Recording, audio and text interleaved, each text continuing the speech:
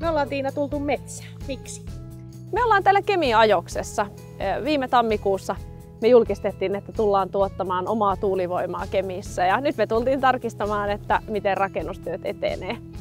Tämä tuulipuiston omistaminen liittyy IKEA-konsernin tavoitteeseen olla täysin energiaomavarainen vuoteen 2020 mennessä. Ja tämän tuulipuiston osalta IKEA Suomi tulee tuottamaan yhtä paljon energiaa kuin me kulutetaan omissa toiminnoissamme. Hyvä. No miten projekti nyt sitten etenee? No nyt täällä on 3 tuuliturbiinia valmiina ja sitten kun puisto tulee valmiiksi, niin niitä on yhteensä 13. Osa tulee tänne maalle ja sitten osa rakennetaan tuonne merelle Keinosaarten päälle. Tästä tulee yksi Suomen suurimmista tuulipuistoista. Kuinka paljon energiaa me nyt sitten tuotetaan jatkossa? No sitten kun puisto valmistuu, niin se tulee tuottamaan energiaa suurin piirtein 32 000 asunnon verran, eli yhden pienen kaupungin kulutuksen verran energiaa.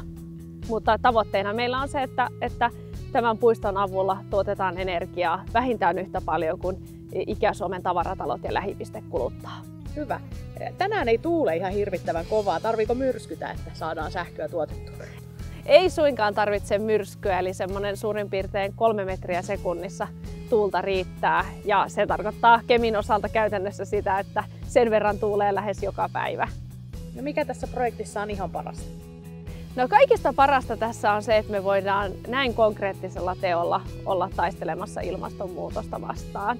Ja tammikuusta 2018 lähtien me kaikki voidaan sanoa, että me ollaan töissä yrityksessä, jolla on oma tuulivoimapuisto ja se vasta onkin erityisen hienoa.